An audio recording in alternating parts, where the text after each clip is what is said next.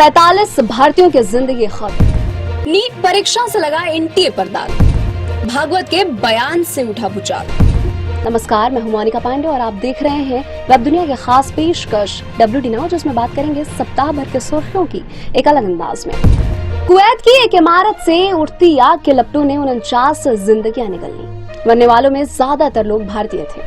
भारतीय दूतावास के अनुसार आग की घटना में मारे गए 45 भारतीयों में से केरल के 23, तमिलनाडु के 7, आंध्र प्रदेश और उत्तर प्रदेश के 3, ओडिशा के 2 और बिहार, झारखंड, पंजाब, कर्नाटक, महाराष्ट्र, पश्चिम बंगाल तथा हरियाणा के 1 नागरिक हैं। ये सभी लोग कुवैत में काम करने के लिए इसलिए गए थे ताकि वे अपने परिवार का सही तरीके से पालन पोषण कर सके, अपने बच्चों को अच्छी परवरिश दे सके। लेकिन नियति को कुछ और ही मंजूर था। इन 45 लोगों के परिजनों की जो कहानी सामने आ रही है वे वाकई दिल दहला देने वाली है। केरल के रहने वाले श्रीहरि की इस हादसे में मौत हो गई। श्रीहरि के पिता प्रदीप ने रोते हुए बताया कि जब मैं वहां गया तो देखा कि उसका चेहरा पूरी तरह सूजा हुआ था, नाक पर कालिख लगी हुई थी। मैं अपने बेटे के शव की पहचान नहीं कर पा रहा था। फिर मैंने अधिकारियों को बताया कि उसके हाथ पर एक टैटू है। उसी के आधार पर श्रीहरि की पहचान की जा सकी। पिछले 18 वर्षों से कुवैत में काम कर रहे केरल के ही लोकोस ने 12वीं कक्षा के बोर्ड में अच्छे अंक लाने वाली अपनी बड़ी बेटी के लिए मोबाइल फोन खरीदा था और अगले महीने बेंगलुरु में नर्सिंग पाठ्यक्रम में दाखिला दिलवाने के लिए वह घर आने वाले थे। तब फोन भी अपने साथ ले आने वाले थे, लेकिन अब न तो वह फोन रहा और न ही पिता। उस लड़की के दिल पर क्या बीत रही होगी, इसे शायद ही कोई महसूस कर पाए। पिछले 8 सालों से कुवैत में काम कर रहे हरियाणा के यमुना नगर में अनिल गिरी जिस निर्माणाधीन घर को पूरा कराने का सपना देख रहे थे, वह मंगाफ में लगी भीषण आग में उनकी मौत के बाद अधूरा ही रह गया। बिहार के गोपालगंज जिले के सपहा गांव निवासी शिवशंकर सिंह की मौत से उनका परिवार बुरी तरह टूट गया है। सिंह 10 महीने पहले ही कुवैत गए थे और वहां एक मजदूर के तौर पर काम कर रहे थे। सिंह के बड़े बेटे मुकेश ने रोते हुए कहा कि मेरे पिता परिवार के अकेले कमाने वाले थे। पंजाब के होशियारपुर निवासी हिम्मत राय करीब 30 साल पहले रोजी रोटी कमाने के लिए कुवैत चले गए थे। राय की मौत से पूरा परिवार सदमे में है। पत्नी सरबजीत कौर ने कहा कि उनके पति परिवार में एकमात्र कमाने वाले थे। इस बीच सरकारों ने मृत व्यक्तियों के परिजनों को मुआवजा का ऐलान किया है। वहीं NBTC ग्रुप ने कुवैत अग्निकांड के पीड़ितों के परिजनों को 8-8 लाख रुपए देने की घोषणा की है। कुवैत के भीषण हादसे की यह कुछ कहानियां हैं। 45 लोगों के परिजनों का हाल कुछ शब्दों में बयां करना नामुमकिन है। वेब दुनिया ने कुवैत में मारे गए सभी श्रमिकों के परिजनों के प्रति अपनी शोक संवेदनाएं प्रकट की है। दाग अच्छे हैं, यह सिर्फ विज्ञापन में ही अच्छा लगता है, लेकिन नीट यूजी 2024 की परीक्षा को लेकर राष्ट्रीय टेस्टिंग एजेंसी यानी NTA पर लगे दाग से तो केंद्र सरकार भी सवालों के घेरे में आ गई है। हालांकि मामले के तूल पकड़ने पर NTA ने 1563 अभ्यर्थियों को दिए गए ग्रेस अंक रद्द कर दिए हैं। इस मामले को प्रमुखता से उठाने वाले फिजिक्स वाला के CEO अलख पांडे ने कहा कि ग्रेस अंक देने का मामला तो NTA ने खुद सुप्रीम कोर्ट में स्वीकार किया है, लेकिन और भी गलत चीजें हो सकती हैं जो हमें नहीं पता। अब इन विद्यार्थियों को 2 विकल्प दिए गए हैं, या तो वे परीक्षा में बैठे या फिर बिना ग्रेस के अंकों के साथ काउंसलिंग में शामिल हों।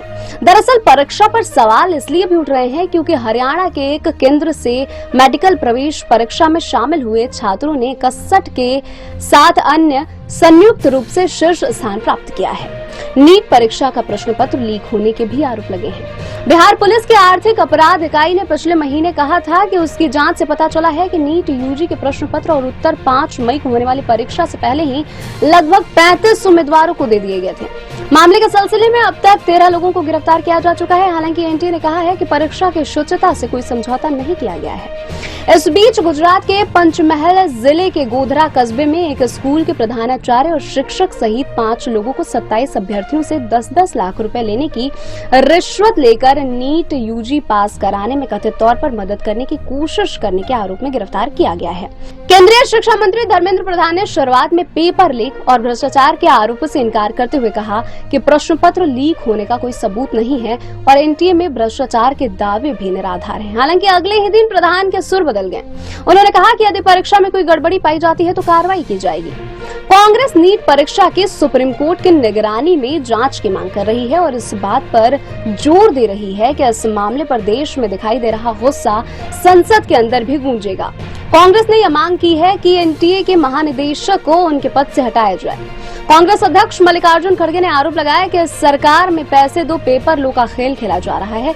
शिवसेना नेता प्रियंका चतुर्वेदी ने एनटीए का बचाव करने के लिए शिक्षा मंत्री को आड़े हाथों लिया और दावा किया कि बिहार पुलिस की जांच में पेपर लीक होने की बात पता चली है। तमिलनाडु के मुख्यमंत्री एम.के. स्टालिन ने कहा कि नीट के नवीनतम परिणामों से मिल रहे रुझानों ने एक बार फिर परीक्षा का विरोध करने के द्रमुक के रुख को सही साबित कर दिया। लोकसभा चुनाव परिणामों के बाद राष्ट्रीय स्वयंसेवक संघ के मुखिया मोहन भागवत के बयान से उठा बवाल थमने का नाम नहीं ले रहा है।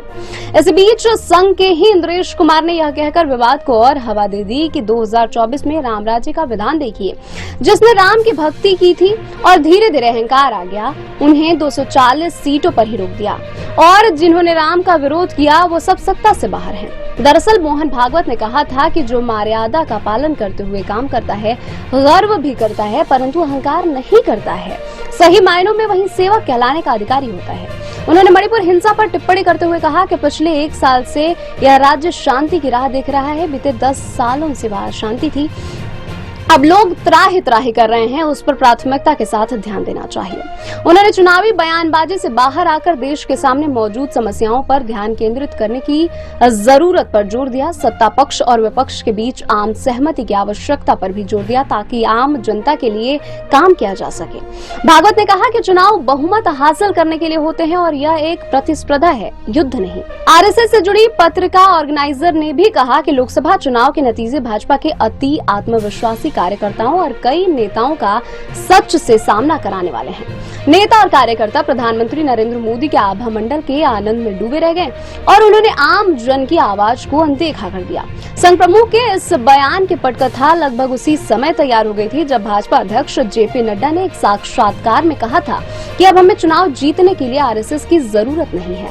हमारे करोड़ों कार्यकर्ता पीएम मोदी की कुशल लीडरशिप में किसी भी परिस्थिति से निपटने के लिए हमेशा तैयार रहते हैं। संभवतः वह नड्डा की टिप्पणी का जवाब देने के लिए उचित अवसर का इंतजार कर रहे थे। चुनाव परिणाम के बाद का समय इसके लिए सबसे अच्छा अवसर था। हालांकि बाद में संघ की तरफ से खंडन भी आया। इंद्रेश कुमार के बयान से संघ ने पल्ला झाड़ लिया। वहीं मोहन भागवत के बयान पर संघ ने कहा कि उनका आशय वह नहीं था जो कि प्रचारित किया जा रहा है। इंद्रेश ने भी मामला बिगड़ता देख अपने बयान का अर्थ नए तरीके से बताया, लेकिन देर हो चुकी थी। संघ को करीब से जानने वाले पत्रकारों का भी मानना है कि संघ और भाजपा पिता पुत्र की भूमिका में है। वहीं भाजपा संघ की राजनीतिक शाखा है। ऐसे में अगर भाजपा की कार्य प्रणाली में कोई गड़बड़ी होगी तो उसके लिए संघ ही भाजपा के कान में रोड़ सकता है।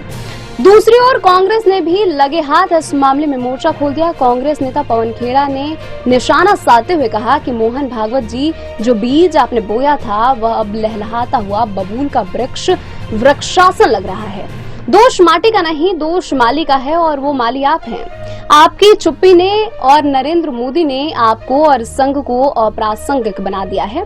कांग्रेस नेता दिग्विजय ने कहा कि भागवत जी मणिपुर पर पीएम मोदी को भी ज्ञान दें। शिवसेना यूबीटी के नेता उद्धव ठाकरे ने कहा कि क्या मोहन भागवत की टिप्पणी के बाद प्रधानमंत्री नरेंद्र मोदी मणिपुर जाएंगे? अब खबरें संक्षेप में। अजीत डोभाल तीसरी बार बने राष्ट्रीय सुरक्षा सलाहकार। पीके मिश्रा बने रहेंगे प्रधानमंत्री प्रधान सचिव। राजनीति रणनीतिकार से नेता बने प्रशांत किशोर ने कहा, बिहार के मुख्यमंत्री नीतीश कुमार ने सत्ता में बने रहने के लिए प्रधानमंत्री नरेंद्र मोदी के पैर छुए। दिल्ली में गहराया जल संकट, 280 ब्लॉक में कांग्रेस का मटका फोड़ प्रदर्शन। छत्तीसगढ़ के नारायणपुर में मुठभेड़ में सुरक्षा बलों ने 8 नक्सली मार गिराए। बिहार में नीतीश सरकार का बड़ा फैसला, युवाओं को मिलेगा बेरोजगारी भत्ता। ये थी वेब दुनिया की खास पेशकश WD नाउ। अगले सप्ताह के सुर्खियों के साथ फिर हाजिर होंगे। नमस्कार।